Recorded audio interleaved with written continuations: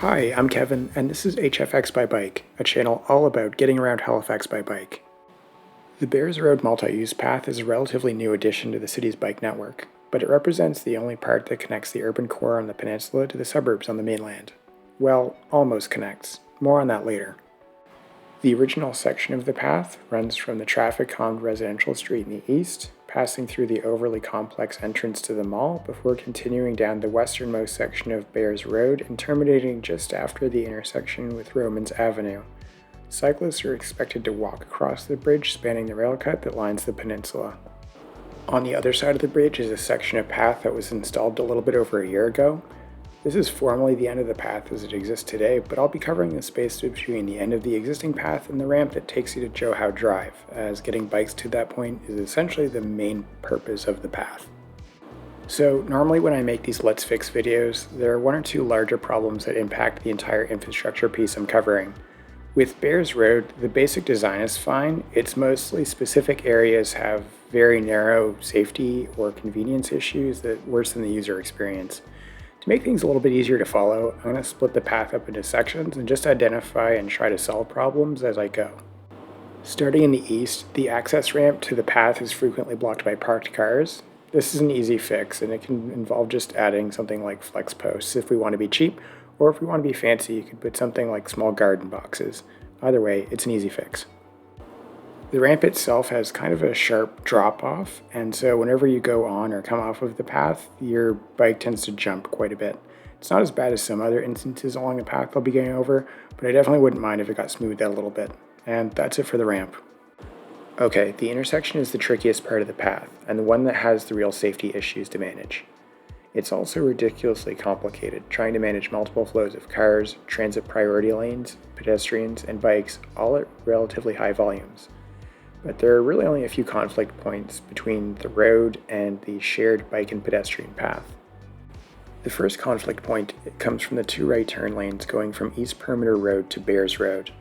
Drivers in these lanes can emerge into traffic while bikes and pedestrians have signal priority. They're generally preoccupied for watching for cars coming from their left and are frequently unaware of people entering the path from their right. This could be addressed by removing right turns on red for these two lanes, and further discouraged by regressing the stop lines for the lanes back so drivers waiting at a light can't actually see oncoming traffic. At that point, the conflict is both illegal and rendered dangerous for drivers themselves, and so should be pretty rare. The most dangerous behavior I've seen in the intersection comes from cars turning right off of Bears Road onto East Perimeter Road. I'm not sure what causes drivers turning in from this lane to be in such a hurry or to ignore the pedestrians and bikes crossing there, but in the year and a half I've been biking through this crossing, I've observed about a half dozen near misses, one of them into a crowd of people walking along the path. I tried to think of some elaborate engineering solutions so that everyone could be happy here, but I'm drawing a blank, so I'm going to call it. If this turn movement can't be done safely and reliably, then maybe it should just go away and remain transit exclusive the entire way through the intersection. You might be wondering how cars on the inbound side of Bears Road are supposed to get access to the mall, but there's a slip lane right here, and both of these entrances go to the same places.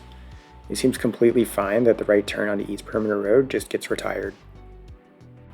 Speaking of the slip lanes cutting through active transportation corridors are a bad design choice.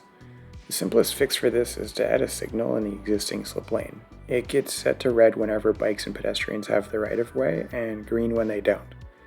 Cars can queue up about 4 or 5 deep before they would start obstructing the transit lane, which seems like a pretty decent capacity from what I've seen.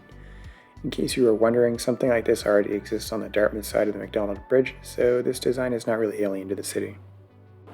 Those are the main issues with the intersection. I think most of them are relatively cheap and painless to implement. Now let's take a look at the main section of the path. There's only really a few issues I want to go over here. The path intersects with two local streets along this section, Coleman Court and Vaughan Avenue. At both points, the path dips down into the street at a pretty harsh angle that bumps tires really aggressively. This is probably a harder hit than any speed bump in the city, and as far as I know, it isn't intended as a design feature. So the easy fix here is just to make the path continuous through these intersections. At least make the dip less severe. We have the technology. Moving further down at the intersection with Romans, we once again have the issue of drivers focusing on traffic coming off of Highway 102 while attempting to emerge into traffic while they have a red light. This is a bit less common than the mall entrance, but it's an easy fix, so we can just patch it now by removing the right turn on red and recessing the stop line far enough back that drivers can't actually see if there's any traffic in conflict with them. Okay, so past Romans, the main section of the path ends, and cyclists are expected to dismount in order to cross the dilapidated bridge across the rail cut. I'll go on record and say that the bike network probably shouldn't have no biking sections in it, so the big ticket item for fixing the Bears Road multi-use path is going to be adding a bikeable bridge across the rail cut. First, the existing path needs to be extended to the rail cut, that's simple enough, and then there needs to be a way to cross. I actually don't care if bikes and pedestrians have their own bridge or if space on the existing bridge is better allocated so that people can bike across safely. The current bridge is provincially owned and probably not that far off from being replaced or refurbished, so it's not obvious to me whether the new multimodal bridge or a separated active transportation bridge is the best option here.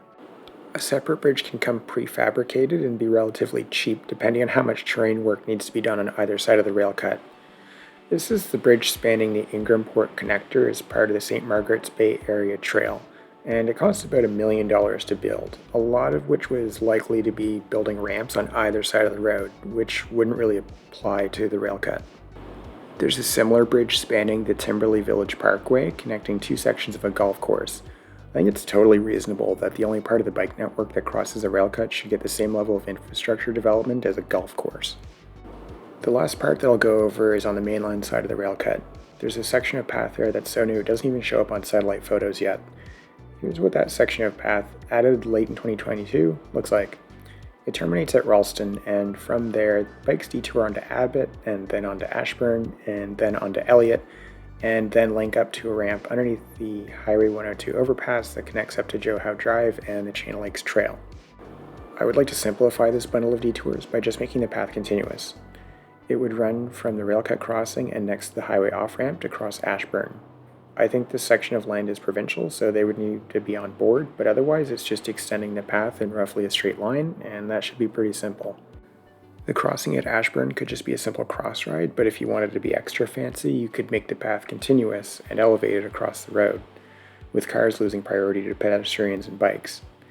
The path would continue along the currently empty space underneath the overpass and link up seamlessly with the existing ramp.